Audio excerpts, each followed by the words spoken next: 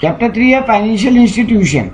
Financial institutions मतलब वो RBI, banks, ये लोग का इस चैप्टर में पूरा बात है। देखो जैसे क्वेश्चन आंसर में पहला क्वेश्चन दिया है, discuss the important role of commercial bank. Commercial bank क्या क्या काम करता है? तो कमर्शियल बैंक पब्लिक से पैसा एक्सेप्ट करता है एज ए डिपॉजिट। अब उसमें लिखने लायक बात क्या एक्स्ट्रा याद रखने लायक है, कौन कौन सा अकाउंट खोल के आप पैसा डिपॉजिट कर सकते हो। आप तो जानते हो current deposit account, saving account, fix deposit account और रिकरिंग डिपॉजिट अकाउंट, 4 टाइप का अकाउंट खुलता है बैंक में। आगे जाके शायद इसके ऊपर डिटेल क्वेश्चन भी हो, ये 4 डिपॉजिट अकाउंट के बारे में। करंट अकाउंट कौन खोल सकता है? बिजनेसमैन, इसमें इंटरेस्ट नहीं मिलता वो लोग को। दूसरा बात, इसमें नंबर ऑफ ट्रांजेक्शन अनलिमिटेड कर सकते हो, जितना मर्जी उतनी बार डिपॉजिट और विड्रॉवल। और इसमें सर एक और काम का बात याद करने लायक क्या है सर, इसमें चेकबुक फैसिलिटी होता है। ये 4 बात लिख सकते हो तो करंट अकाउंट लिख सकते हो। वैसे सेविंग अकाउंट में बोलोगे नंबर ऑफ ट्रांजेक्शन लिमिटेड होगा, बड़ा अमाउंट का बहुत ज़्यादा ट्रांजेक्शन नहीं कर पाएंगे एक बार में।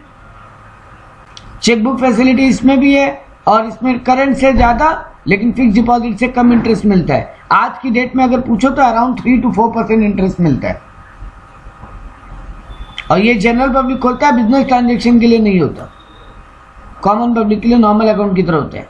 टर्म डिपॉजिट हो गया फिक्स डिपॉजिट, जो हम लोग एक ब्लॉक अमाउंट एक साथ जमा कर देते हैं। सेविंग अकाउंट से ज़्यादा इंटरेस्ट मिलता है, आज की डेट में अराउंड 6 से 7%, 7.5% तक ब्याज मिलता है इसमें। इसमें चेकबुक फैसिलिटी नहीं होता, बार बार विड्रॉवल नहीं कर सकते। लेकिन ऐसा भी कंपल्सन नहीं है कि एक बार फिक्स डिपॉजिट कर दिए तो जितना पीरियड के लिए किए उतना दिन तक पैसा रखना पड़ेगा। आप चाहो तो पहले तोड़ सकते हो, बट आपको इंटरेस्ट का लॉस होगा। रिकरिंग डिपॉजिट क्या होता है सर? ये सेविंग और फिक्स डिपॉजिट का मिक्सचर है, हाइब्रिड मॉडल है। इसमें आपको इंटरेस्ट रेट सेविंग से ज़्यादा लेकिन एफडी से कम मिलता है। लेकिन इसमें एफडी की तरफ आपको एक बार ब्लॉक अमाउंट 1 लाख, 2 लाख, 5 लाख जमा नहीं करना पड़ता। इसमें आप मंथली 1000 मंथली 500 करके भी जमा कर सकते हो। यही है रिकरिंग डिपॉजिट अकाउंट, ठीक है। इसके अलावा कमर्शियल बैंक का और काम क्या है? लोन देना आपको। लोन देने का तरीका भी आपका वही तरीका है। आप लॉन्ग टर्म लोन ले सकते हो, शॉर्ट टर्म लोन ले सकते हो। आप बैंक ओवरड्राफ्ट, इसमें बैंक ओडी का फैसिलिटी, या फिर आपका नॉर्मल टर्म लोन जिसको बोलते हो वो ले सकते हो। बैंक ओवरड्राफ्ट, टर्म लोन, इसके अलावा 2 और लोन होता है बैंक बिल्स ऑफ एक्सचेंज जो आप वो कराते हो, डिस्काउंटिंग, वो भी इसी का पार्ट हो जाता है। और आखिरी एक आजकल जो सबसे ज़्यादा चला हुआ है cash credit account, CC account. ये क्या होता है सर? इसमें बैंक आपको बोलता है लोन ले लो और वो लोन पूरा लेके मत जाओ। जैसे आप टर्म लोन में अगर 10 लाख लोन लिए, पूरा 10 लाख विड्रॉ करके ले आए, अब पूरे 10 लाख पे आपको इंटरेस्ट देना पड़ेगा जब तक आप पैसा रिफंड नहीं करते हो। लेकिन आपको कैश क्रेडिट में ऐसा नहीं है। कैश क्रेडिट में बोलता है लोन लो और वहीं पे एक और अकाउंट खोल के उस लोन अकाउंट में पैसा जमा कर दो।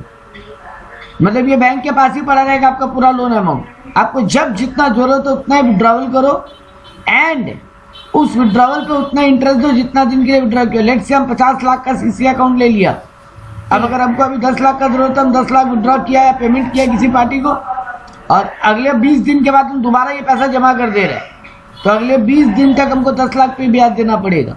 मतलब मेरे नाम पे 50 लाख का लोन है भी और हमको पूरे 50 लाख पे ब्याज भी नहीं देना पड़ रहा है। अगर 20 दिन में ये पैसा हम वापस बैंक अकाउंट में डाल दे रहे हैं फिर ब्याज देना बंद। ऐसे अगर टर्म लोन होता हम 2 साल के लिए पूरा, तो 2 साल तक 50 लाख पे ब्याज लगता रहता मेरा। तो आज की डेट में सीसी अकाउंट बिजनेसमैन को सबसे ज़्यादा फेवरेबल है। बैंक आपसे कुछ सिक्योरिटी डिपॉजिट लेगा और आपको सीसी अकाउंट खोलने देगा। तो बैंक का मेन 2 काम यही होता है, एडवांसिंग डिपॉजिट और गिविंग लोन। और क्या रोल है बैंक का? बैंक आपको सेविंग के लिए इंस्पायर करता है, बैंक इंडस्ट्री और वगैरह को डेवलप करने में हेल्प करता है। अब ये सब ज्ञानबाजी है। बैंक स्मॉल इंडस्ट्रीज को लोन देता है, टेक्निकल असिस्टेंस देता है। बैंक बिल्स ऑफ एक्सचेंज को इनकैश कराने में हेल्प करता है। ये बिल्स ऑफ एक्सचेंज का ट्रांजेक्शन में हेल्प करता है बीआरबीपी में। सर बैंक चेक्स वगैरह फैसिलिटी देता है, आप चेक से पेमेंट कर सकते हो। बैंक आपको फाइनेंशियल ट्रांजैक्शन में असिस्ट करता है, एक प्लेस से दूसरा प्लेस में मनी भेजने में। बैंक कितना सारा फॉरेन पॉइंट्स कितना होगा? डिपेंड करता है कितने ये मार्क्स तो का आएगा। सर बैंक का तो मतलब ये तो एकदम नॉर्मल सी बात है। हाँ वही तो बोल रहा, बैंक का ये एकदम नॉर्मल सा बात है। बैंक आपको फॉरेन ट्रेड में हेल्प करता है, बैंक देश का इकोनॉमिक डेवलपमेंट में मदद करता है। बैंक से आप जाके डॉलर पाउंड यूरो वगैरह करवा सकते हो बैंक से बात करके। सर बैंक इकोनॉमिक डेवलपमेंट कैसे होता है? अरे बाबा, बैंक विलेज में आर्टिशियंस को लोन दे रहा है, बैंक पुअर फार्मर्स को लोन देता है, बैंक बिजनेस के लिए आज बैंक बिजनेस के लिए लोन देगा तो देश में बिजनेस बढ़ेगा, देश में बिजनेस बढ़ेगा तो देश का तरक्की होगा। सिर्फ ग्रामीण ये लोग तो सिर्फ ग्रामीण का एग्जांपल देके लिख दिया, आप ऐसे ग्रामीण के अलावा भी आप नॉर्मल बोल सकते हो कि नॉर्मल बिजनेस को भी जो बैंक लोन दे रहा है, तो बिजनेस को अगर बैंक लोन दे रहा है तो बिजनेस उस पैसे से कमाएगा, जिससे टैक्सेस आएगा तो देश का भी डेवलपमेंट होगा, लोगों को एम्प्लॉयमेंट मिलेगा, बिजनेस बढ़ेगा। तो प्रिजर्वेशन ऑफ वैल्यूएबल आर्टिकल, आप बैंक में वो खोल सकते हो ना लॉकर, और उस पर अपना गोल्ड सिल्वर या अदर प्रीशियस डॉक्यूमेंट्स रख सकते हो। बैंक लोगों को नौकरी देता है देश में, तो बैंक एम्प्लॉयमेंट जनरेट कर रहे हैं, और बैंक महंगाई को कंट्रोल करता है क्योंकि वो इंटरेस्ट रेट को बढ़ता घटता है, जिसके कारण बैंक आपको इन्फ्लेशन को कंट्रोल करने में हेल्प करता है। आरबीआई करता आरबीआई है, बट बैंक हेल्प करता है।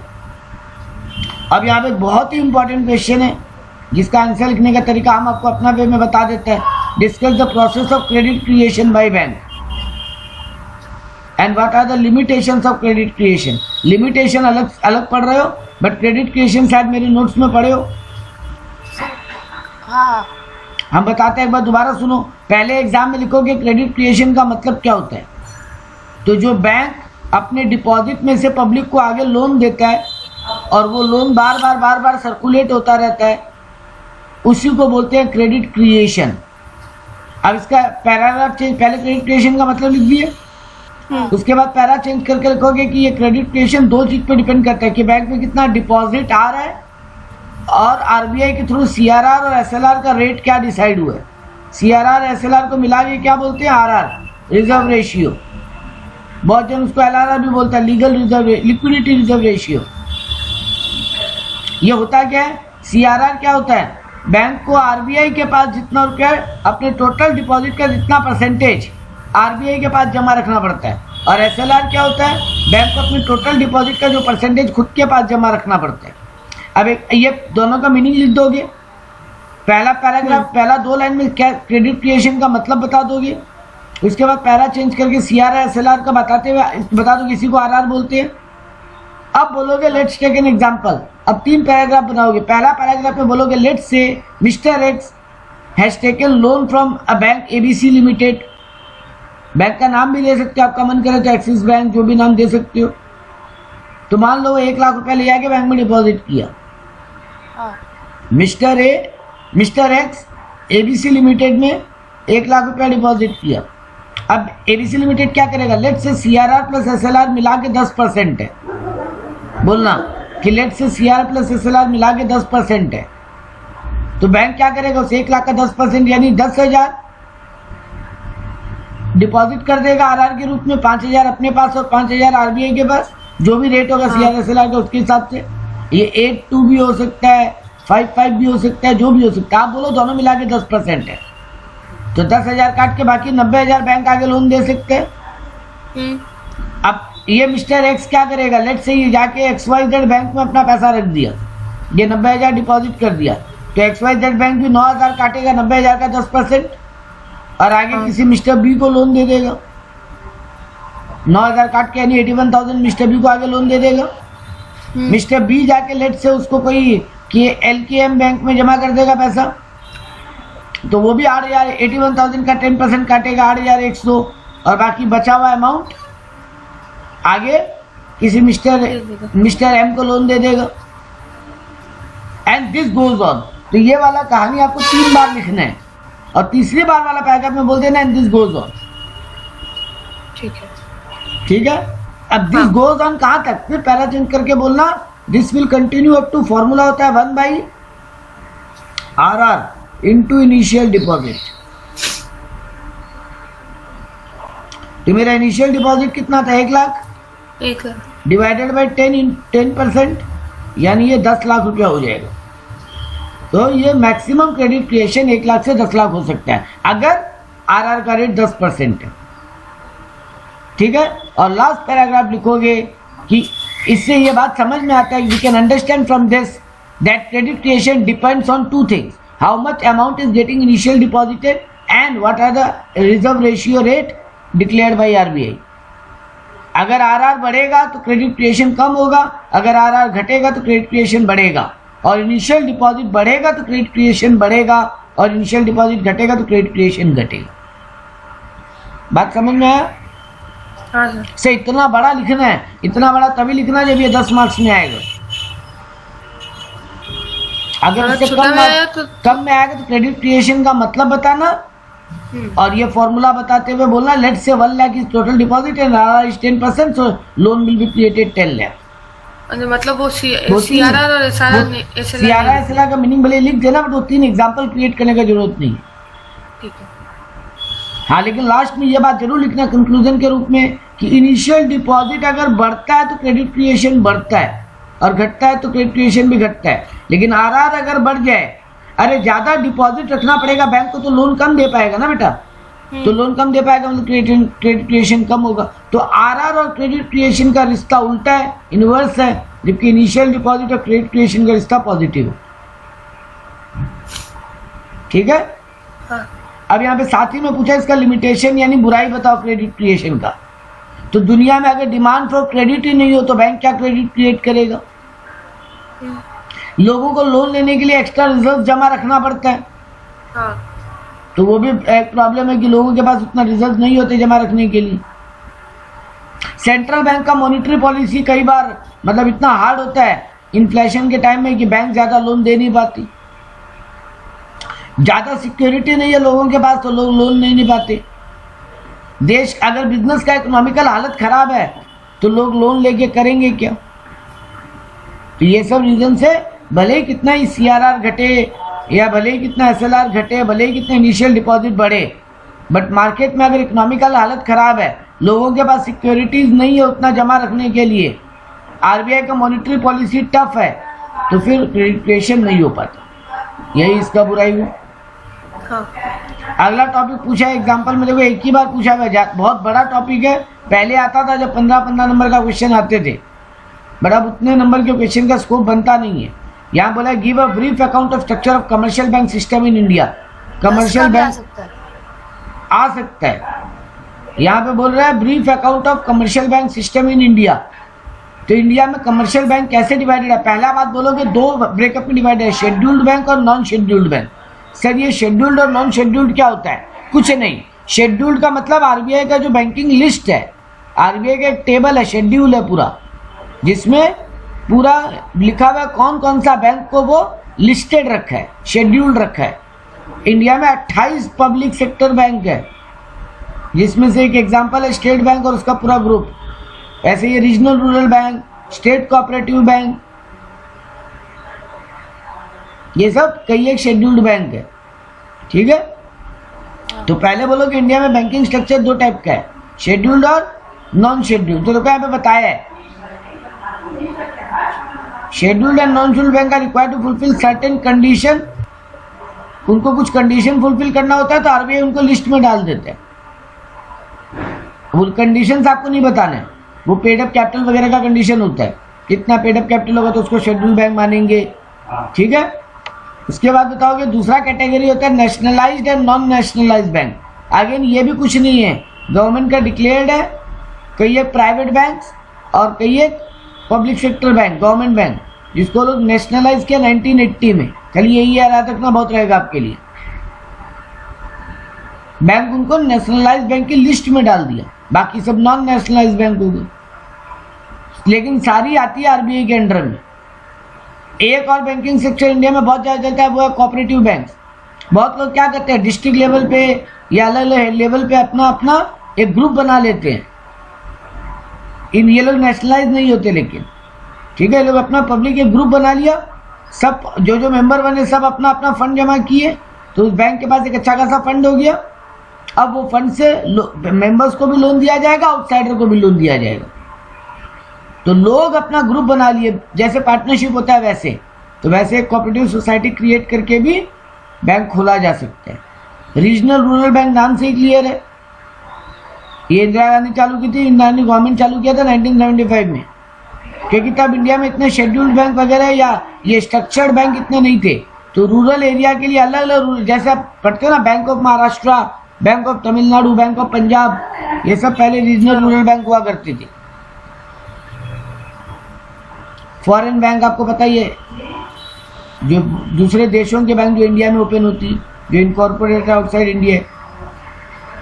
तो आपको एग्जाम में कितना टाइप का बैंक बता के आना है सर? शेड्यूल, नॉन शेड्यूल बोलना है, नेशनलाइज, नॉन नेशनलाइज बोलना है, cooperative bank, regional rural bank, foreign bank बोलोगे, बाकी सब कमर्शियल बैंक है। अगेन एक main functions of commercial bank, repeat question. Sir बैंकों का काम है पैसा डिपॉजिट लेना, लोन एडवांस देना, वही ऊपर जो रोल पड़े थे ये वही आंसर है, इसमें कुछ अलग नहीं है। हाँ लेकिन एक क्वेश्चन, एक पॉइंट इसमें नया है जो रोल में नहीं लिखा लेकिन फंक्शन में लिखा, एजेंसी सर्विस। बैंक आपका एजेंट की तरह भी काम करता है, ये एक अलग से हेडिंग देकर आना। जैसे बैंक आपके बिहाफ में पेमेंट करवा देता है, बैंक आपके लिए चेक कलेक्ट कर लेता है, बैंक को अगर आप इंस्ट्रक्शन दे के रखो तो बैंक उस हिसाब से आपका काम कर देता है। तो बैंक आपका एजेंट की तरह भी काम करता है। बैंक जनरल यूटिलिटीज क्या देता है? आपका मनी को सेफगार्ड रखता है, आपके मनी को ट्रांसफर करने में मदद करता है, आपको ट्रैवलर्स चेक देता है। अगर हम लोग फॉरेन वगैरह में जाते हैं ना तो हमको ट्रैवलर्स चेक चाहिए होता है, क्योंकि वहाँ पे हम कैश कैरी नहीं करना चाहते, तो वो आपको यहाँ से चेक बना के दे देगा। अब आप अगर लंदन गए हो तो लंदन के बैंक में चेक जमा करो तो वहाँ पे यूरो मिल जाएगा आपको। अगर आप जर्मनी गए हो तो जर्मन डॉलर जो है वो मिल जाएगा आपको। मतलब आपको इंडिया से ट्रैवलर चेक मिल गया, आप जिस देश में जा रहे हो वहाँ के बैंक में जमा करोगे तो आपको वहाँ का करेंसी मिल जाएगा। ठीक है। मर्चेंट बैंकिंग अपने जानते हैं। मर्चेंट बैंकिंग क्या होता है? सर बिजनेस, बड़े बड़े बिजनेसमैन लोग जो होते हैं ना, बहुत सारा प्रोजेक्ट करते हैं, अब उनको उतना नॉलेज नहीं है तो एक बैंक को अपना मर्चेंट बैंक बना लेते हैं वो लोग। वो बैंक आपको सारा काम करने में हेल्प करके देगा, आपका शेयर का वैल्यूएशन करने में, आपका कंपनी को बेचने खरीदने में, मर्जर डीमर्जर करने में, जॉइंट वेंचर करने में, बैंक आपको सारा एक्टिविटी करके देगा। मतलब बैंक आपका एक तरीके से मैनेजर की तरह काम करेगा, आपका सब कुछ मैनेज करेगा। जब बड़ी बड़ी कंपनी आईपीओ लाती है ना तो एक बैंक को मर्चेंट बैंक अपॉइंट करती है। एटीएम का फैसिलिटी देता है बैंक आपको, क्रेडिट कार्ड का फैसिलिटी देता है बैंक आपको। ये सब आपका बैंक का वैल्यू यूटिलिटी सर्विस बोलते हैं। अगला क्वेश्चन है discuss the functions of RBI. RBI क्या काम करता है? सर आरबीआई का सबसे मेन काम है नोट इशू करना। 1 रुपया का नोट और कॉइन्स को छोड़ के बाकी सब आरबीआई इशू करता है। ये कौन इशू करता है? Central government. ठीक है। सेंट्रल गवर्नमेंट मेटल कॉइन 1 रुपये का नोट इशू करता है, लेकिन सर्कुलेट आरबीआई करता है, लेकिन छापता है 1 रुपया का नोट और कॉइन गवर्नमेंट ही है। और बाकी नोट आरबीआई खुद छाप के खुद सर्कुलेट करता है। इसके अलावा आरबीआई का क्या काम है? वो bank of central bank and state government का बैंक है वो। जैसे आपका मेरे लिए एसबीआई एक बैंक है, वैसे सेंट्रल गवर्नमेंट स्टेट गवर्नमेंट के लिए आरबीआई एक बैंक है। आरबीआई के थ्रू उनका सारा लेन देन होता है। अगर वेस्ट बंगाल गवर्नमेंट को कोई फंड ट्रांसफर करना है सेंट्रल गवर्नमेंट को या वाइसे वर्सा, तो वो इन दोनों का आरबीआई में अकाउंट होगा, तो वो लोग आरबीआई को इंस्ट्रक्शन देगा, आरबीआई वैसे ही फंड ट्रांसफर कर देगा।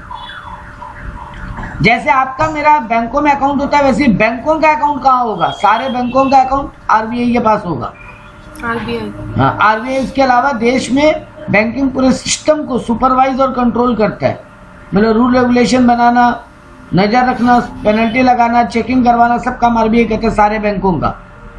इंडिया में जो भी डॉलर पाउंड है उसका स्टेबिलिटी मेंटेन करने का काम करता है। मतलब अगर कोई जानबूझ के, देखो इंडिया में डॉलर पाउंड का रेट जो है ना वो ऑटोमेटिक डिसाइड होता है, उसमें कोई आरबीआई या गवर्नमेंट का इंटरफेरेंस नहीं होता है। लेकिन जब आरबीआई को लगेगा कि कोई जानबूझ के मैनिपुलेट कर रहा है, जबरदस्ती डॉलर को ऊपर ले जा रहा है या जबरदस्ती डॉलर को नीचे ले जा रहा है, कोई मैनिपुलेट करके कर रहा है, तब आरबीआई इंटरफेयर करता है।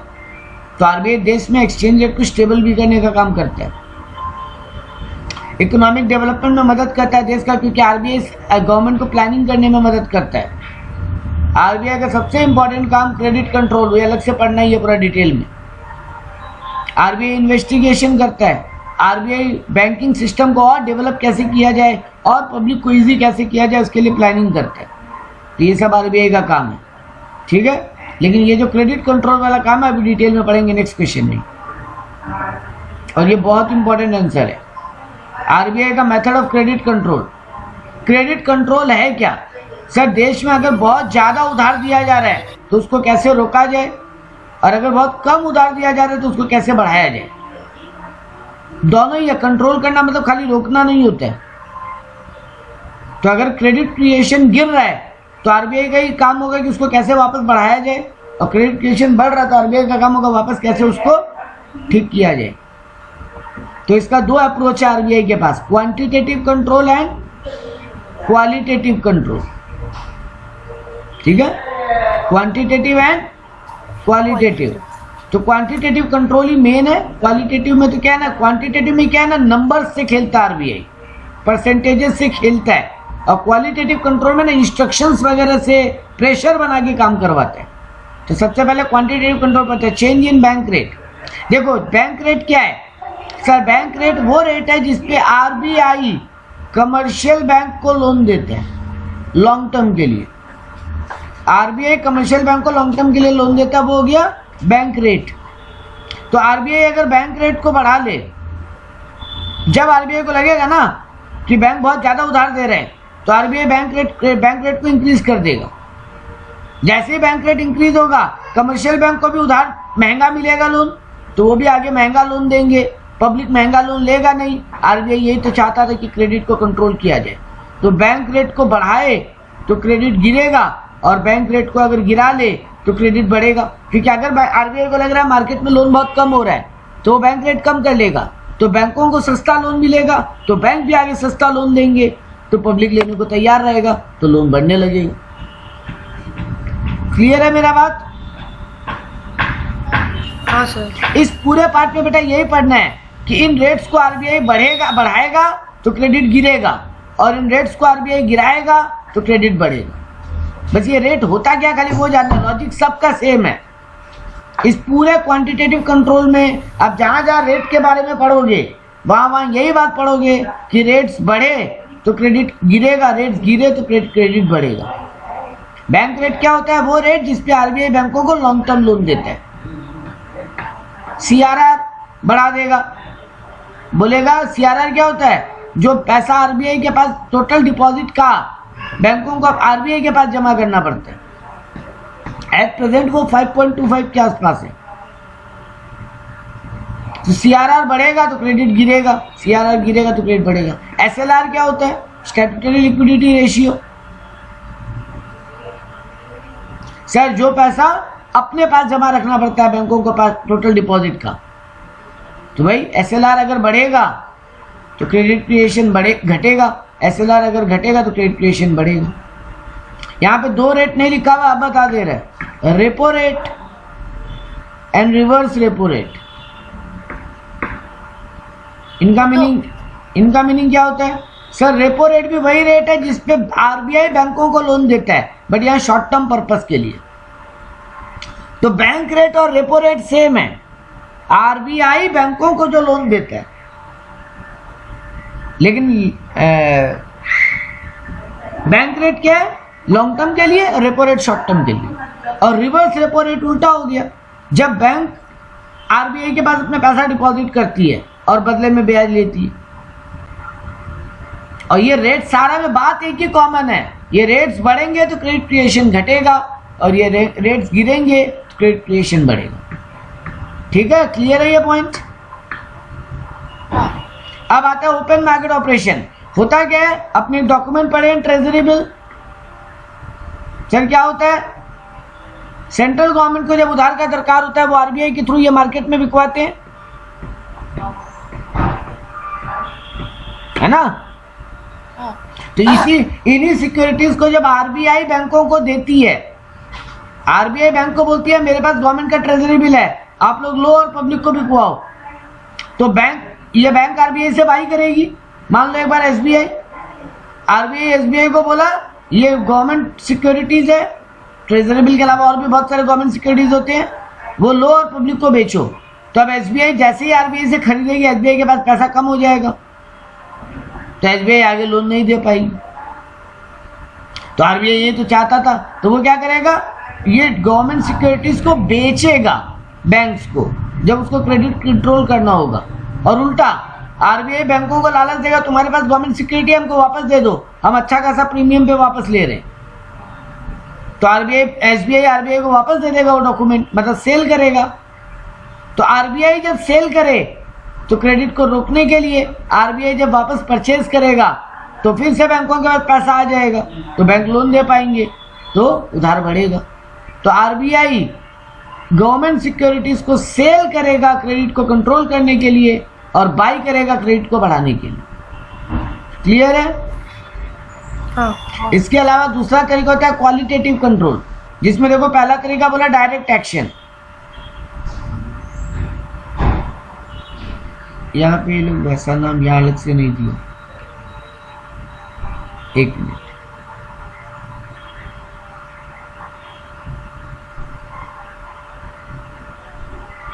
ये लोग तुम्हारा ये मैथ ठीक से नहीं किया। सेलेक्टिव क्रेडिट कंट्रोल का हम पहला तरीका बताते हैं, डायरेक्ट इंस्ट्रक्शंस या डायरेक्ट एक्शन।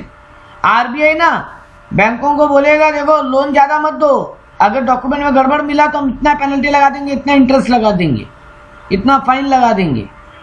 तो आरबीआई डायरेक्ट एक्शन लेने का धमकी देगा, बैंक डरेंगे, बैंक लोन नहीं देंगे। और यही अगर डायरेक्ट एक्शन का धमकी नहीं देगा तो बैंक ज्यादा लोन दे पाएंगे। दूसरा एक तरीका और एग्जांपल देते हैं, एक हुआ डायरेक्ट एक्शन, दूसरा एक तरीका हुआ तुम्हारा मॉरल सुएशन।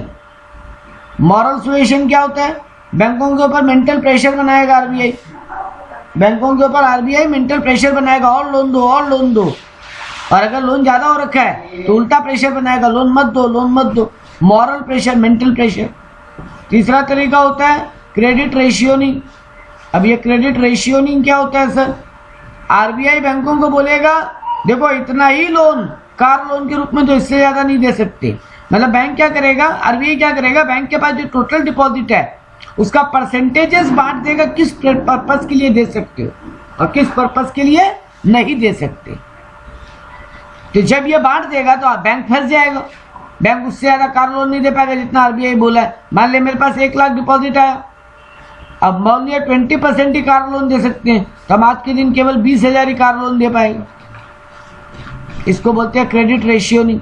तो क्रेडिट का रेशियो बना देगा कि किस पर्पस के लिए कितना क्रेडिट दे सकते हो, और जब ये रेशियो नहीं बनाएगा तो बैंक ज्यादा लोन दे पाएगा। और एक आखिरी और एक तरीका होता है डायरेक्ट एक्शन का या ये क्वालिटेटिव कंट्रोल का, जिसमें बोला जाता है मार्जिन रिक्वायरमेंट। अपने को बैंक से लोन लेने के लिए कुछ सिक्योरिटी रखना पड़ता है, आरबीआई वो सिक्योरिटी का परसेंटेजेस बढ़ा देगा तो क्रेडिट कंट्रोल हो जाएगा, और आरबीआई वो सिक्योरिटी का परसेंटेज गिरा देगा तो क्रेडिट बढ़ने लगे।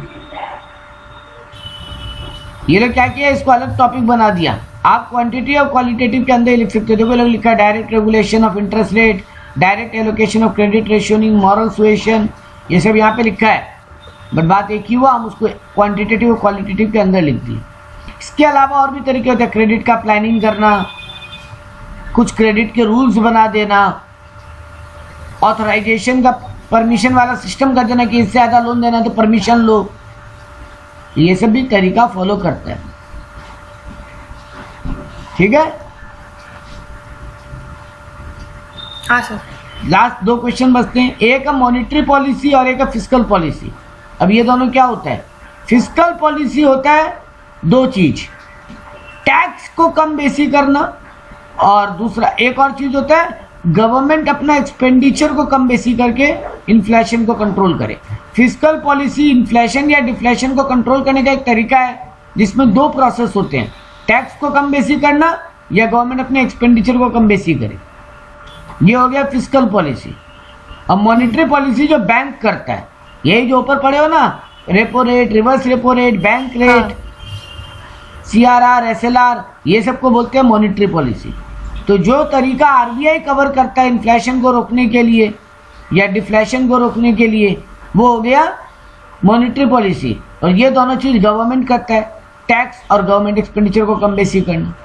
तो यहाँ पे आपकी फिस्कल पॉलिसी तो पढ़ाएगा नहीं, क्योंकि आपको बैंक पढ़ा रहे हैं। इंस्टीट्यूशन में, इसीलिए अपने क्या पढ़ते हैं केवल इस पार्ट में, मॉनेटरी पॉलिसी। तो ऊपर जो पढ़े हो ना वही सब मॉनेटरी पॉलिसी है। मॉनेटरी पॉलिसी का मेन ऑब्जेक्टिव क्या है? मनी सप्लाई को कंट्रोल करना, रेट ऑफ इंटरेस्ट को डिसाइड करना, प्राइस लेवल को स्टेबिलिटी यानी महंगाई को स्टेबल रखना, फॉरेन एक्सचेंज का वैल्यूज को कंट्रोल करना, ये सब काम मॉनेटरी पॉलिसी का मेन रीजन है। सीआरआर और एसएलआर का डिफरेंस पूछा है, क्या होता है सर? सीआरआर वो रिजर्व रेशियो है जो बैंकों को आरबीआई के पास जमा करना पड़ता है, certain percentage of total deposit, जबकि एसएलआर वो है जो बैंकों को अपने पास रखना पड़ता है। CRR will be determined the basis of own demand deposit and time deposit, जबकि statutory liquidity ratio will determine the percentage of total current and time deposit। अभी इंडिया में CRR का रेट जनरली 15% चल रहा है,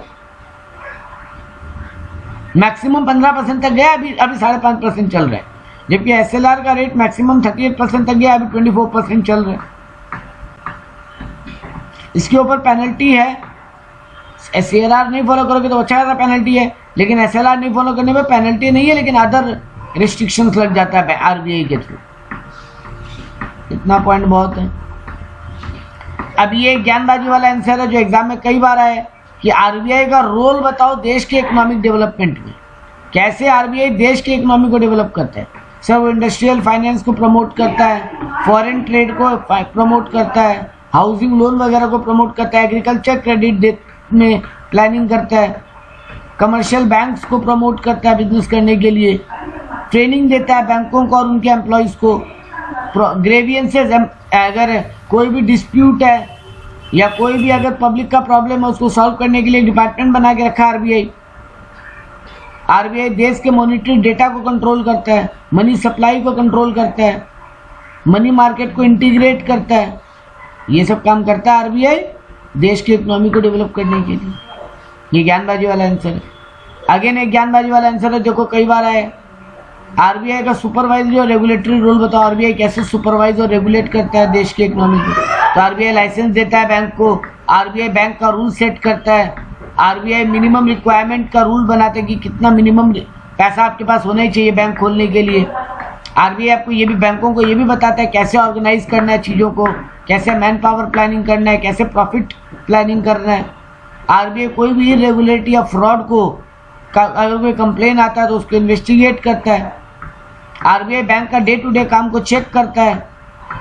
आरबीआई बैंकों के chairman वगैरह रीअपॉइंटमेंट वगैरह को नज़र रखता है कि कौन चेयरमैन बना है, कौन क्या बना है, बैंकों के पास कितना लिक्विडिटी है, पैसा अवेलेबल है कि नहीं ये चेक करता है, कितना इंडस्ट्री को, कितना एग्रीकल्चर को, कितना ट्रेड को लोन दिया जा रहा है, कितना उनको हेल्प किया जा रहा है, ये भी चेक करता है। तो ये सब आरबीआई का सुपरवाइजरी है, ये सब चेक करना हुआ। और जबकि रेगुलेटरी में क्या हुआ, रूल रेगुलेशन बनाता है बैंक्स के लिए, जो ऊपर पड़े ना सीआरआर, एसएलआर, रेट वगैरह फिक्स करना, ओपन मार्केट ऑपरेशंस करना, ये सब उसका रेगुलेटरी फंक्शन होंगे। रिजर्व बैंक को बैंकर्स बैंक क्यों बोला जाता है? क्योंकि बैंकों का सारा पैसा आरबीआई के पास डिपॉजिट होता है, बैंकों को लोन देने का काम आरबीआई करता है। दो अपने हम आपको चेक दिया एसबीआई का, आपका चेक आपका लेकिन बैंक है एक्सिस बैंक, तो अब आप तो अपने बैंक में जाके चेक जमा करोगे। अब एक्सिस बैंक जाके क्या एसबीआई से पैसे लेके आएगा क्या आपके अकाउंट में डालने के लिए? नहीं सर, ऐसा नहीं होता। आरबीआई को देगा, आरबीआई क्लियर करके देगा। हाँ, तो ये क्लियरिंग हाउस का काम करता है आरबीआई, इसीलिए आरबीआई को बैंकर्स बैंक बोलते हैं। आरबीआई बैंकिंग सिस्टम को कंट्रोल करता है पूरा।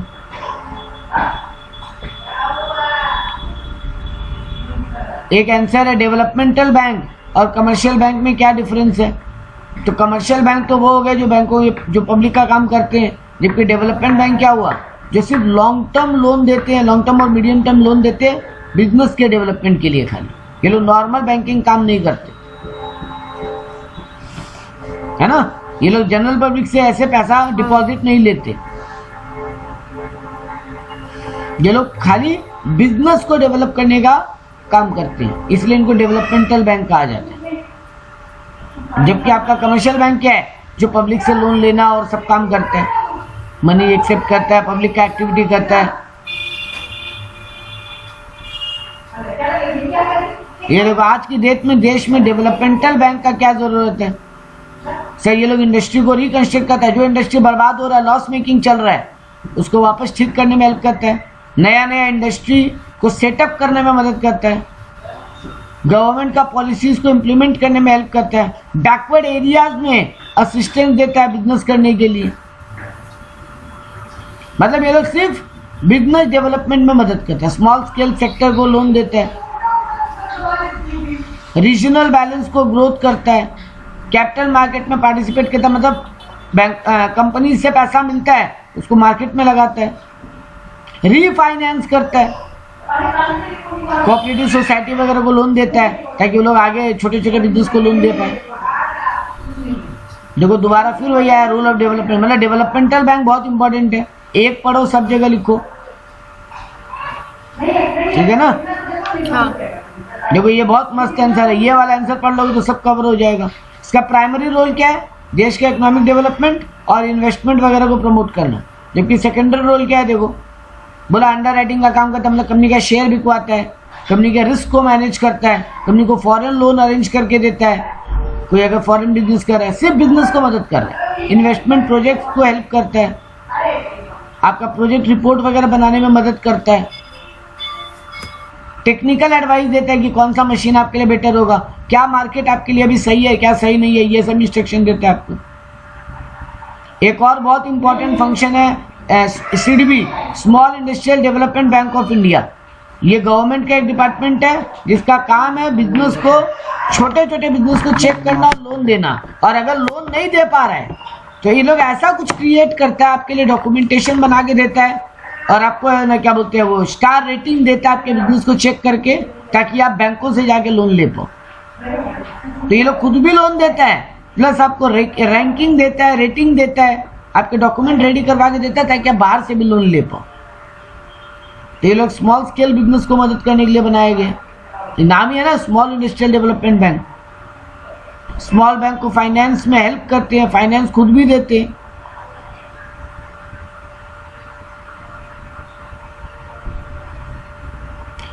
टेक्नोलॉजी में मदद करते हैं, छोटे बिजनेस को मार्केटिंग में मदद करते हैं, एम्प्लॉयमेंट अरेंज करने में, मतलब एम्प्लॉयज आपको चूज करने में हेल्प करते हैं। इतना पॉइंट बहुत है इसमें। हाँ, एक्सपोर्ट इंपोर्ट बैंक का काम क्या है बेटा, नामे में तो मीनिंग है एक्सपोर्ट करवाना, एक्सपोर्ट इंपोर्ट के बिजनेस को मदद करते हैं लोग, उन्हीं बिजनेस को हेल्प करते हैं जिनका काम एक्सपोर्ट इंपोर्ट का। उनको फाइनेंस अरेंज करा के देना, उनको बिजनेस कोऑर्डिनेट करने में हेल्प करना, उनके लोन को डिसबर्स करवाना। ये लोग इंडियन कंपनीज को फाइनेंस करते हैं, खाली कमर्शियल बैंक को भी लोन देते हैं ये लोग, एक्सपोर्ट इंपोर्ट में मदद करते हैं, प्लांट मशीनरी खरीदने में हेल्प करते हैं, आपके फॉरेन कोई कंपनी है उसका शेयर्स इंडिया में बिकवाने में मदद करते हैं।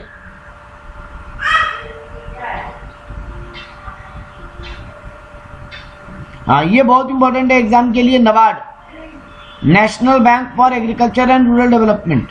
नबार्ड का काम क्या है सर, नाम ही में मीनिंग है, वो रूरल एरिया में क्रेडिट देता है, लॉन्ग टर्म लोन देता है वहां के बैंकों को, ताकि वो लोग गांव के लोगों को लोन दे पाए।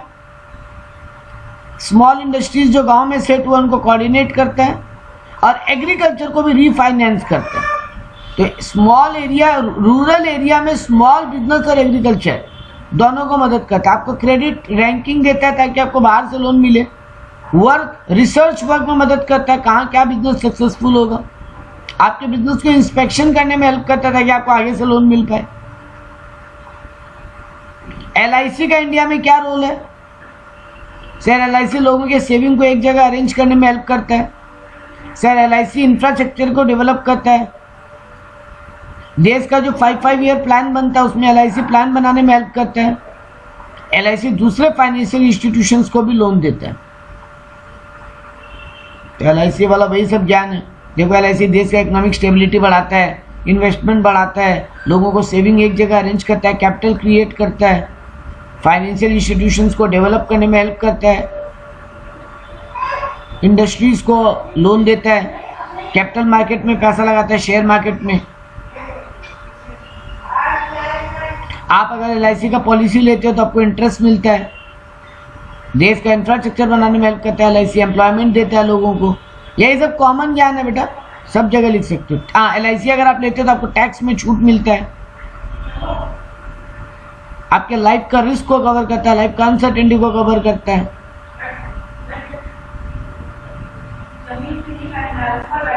वापस वही LIC है दोबारा।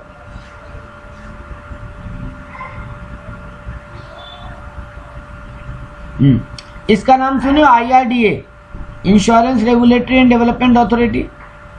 जैसे RBI है ना बेटा, जो पूरे इंडिया के इकोनॉमिक बैंकिंग स्ट्रक्चर को कंट्रोल करता है, वैसे IRDA इंडिया के पूरे इंश्योरेंस सेक्टर को कंट्रोल करता है। इसलिए नाम देखो, insurance regulatory and development authority. तो जो कोई कंपनी इंश्योरेंस का बिजनेस चालू करता है उसको रजिस्ट्रेशन देता है। आपका पैसा कोई चोरी करके नहीं भाग गया पॉलिसी होल्डर का, इसका प्रोटेक्शन करता है। किसको एजेंट बनने का मौका मिलेगा, किसको नहीं मिलेगा, उसका क्वालिफिकेशन डिसाइड करता है। इंश्योरेंस सेक्टर का कोड ऑफ कंडक्ट यानी रूल रेगुलेशन बनाता है कि कितना फीस लगेगा, क्या चीज़ का, वो फीस भी डिसाइड करता है। आपको LIC के बारे में पूरा जानकारी देते हैं, इंश्योरेंस के बारे में। इंश्योरेंस कंपनी का बुक्स ऑफ अकाउंट्स को चेक करता है, उनको सुपरवाइज करता है। ये सब काम LIC का, सॉरी IRDA का। वैसे जनरल इंश्योरेंस क्या होता है? देखो, LIC होता है लाइफ इंश्योरेंस, उसके अलावा भी तो और बहुत सारे इंश्योरेंस होता है ना, fire insurance, marine insurance, health insurance, वो सबको जनरल इंश्योरेंस बोलते हैं। तो लाइफ इंश्योरेंस एक हो गया, बाकी सब जनरल इंश्योरेंस है। तो GIC का भी एक डिपार्टमेंट है, काम उसका सब वही है, बिजनेस रिस्क को कम करना, आपके इंडिविजुअल लाइफ के रिस्क को कम करना। आपको हेल्थ इंश्योरेंस देता है, मेडिकल इंश्योरेंस देता है, देश में कैपिटल क्रिएट करता है, सोशल सिक्योरिटी देता है, इकोनॉमिक डेवलपमेंट करता है। ज्ञानबाजी और कुछ नहीं है।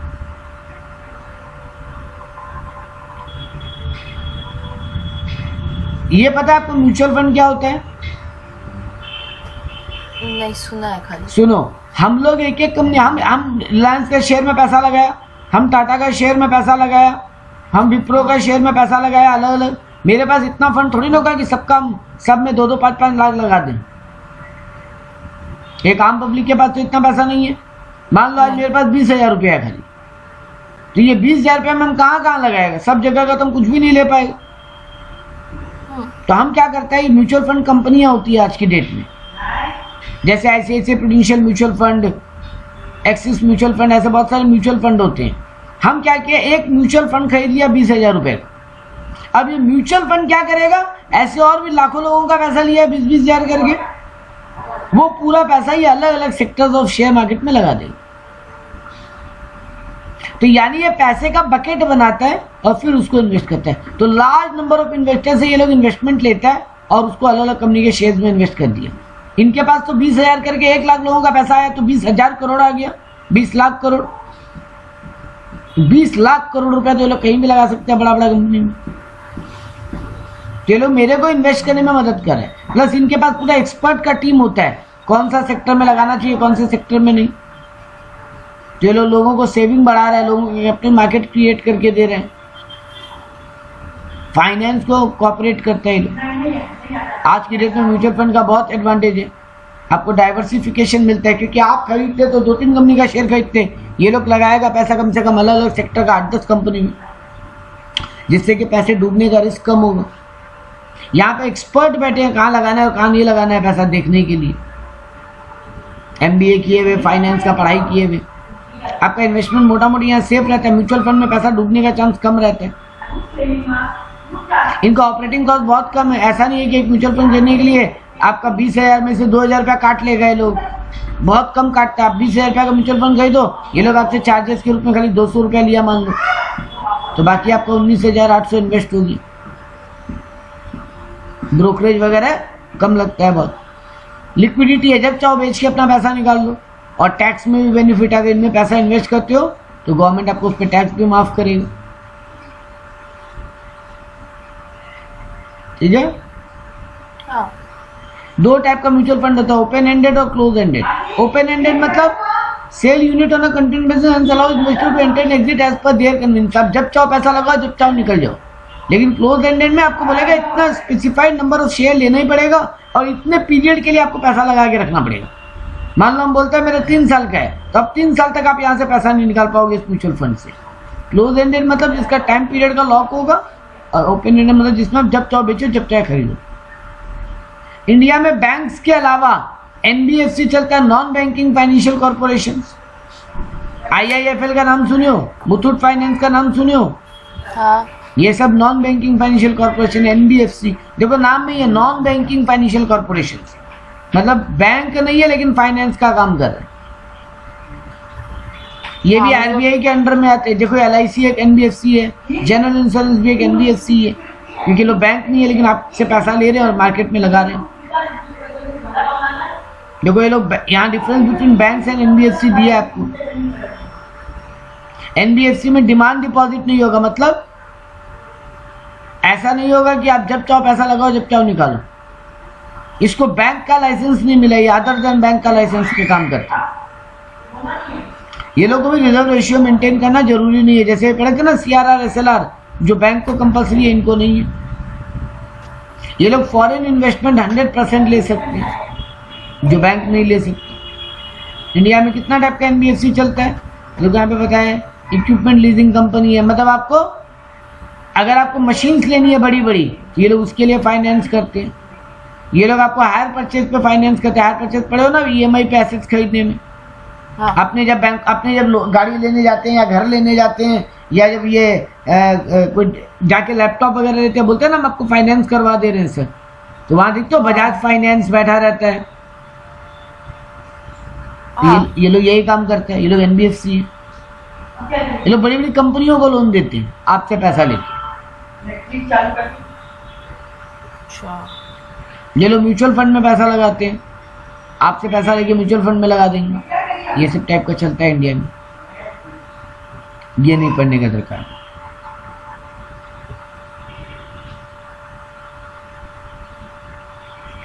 रोल ऑफ एनबीएफसी एक बार केवल रीड करोगे, वही हेडिंग देखना है केवल, ठीक है, खत्म। अच्छा चलो एक बार देख लेते रोल ऑफ एनबीएफसी में क्या बोला। रोल ऑफ एनबीएफसी नहीं, एक बार रीड कर लेना इसको। बोला फाइनेंशियल मार्केट में उसका क्या रोल है, कैपिटल मार्केट में उसका क्या रोल है, सेकेंडरी मार्केट में उसका क्या रोल है। एक बार रीड करना, नहीं समझ में आएगा पढ़ा देगा वापस। ठीक है, ये खत्म। नेक्स्ट क्लास में अपने चैप्टर 4 डन करते हैं। कैपिटल मार्केट मनी मार्केट हो गया, फाइनेंशियल इंस्टीट्यूशन हो गया, फाइनेंशियल सर्विस और इन्वेस्टर प्रोटेक्शन बचेगा ना। हाँ और उसके बाद तो चैप्टर 1 बचेगा। चैप्टर 1 तो वैसे भी आपको कुछ नहीं फर्क पड़ेगा।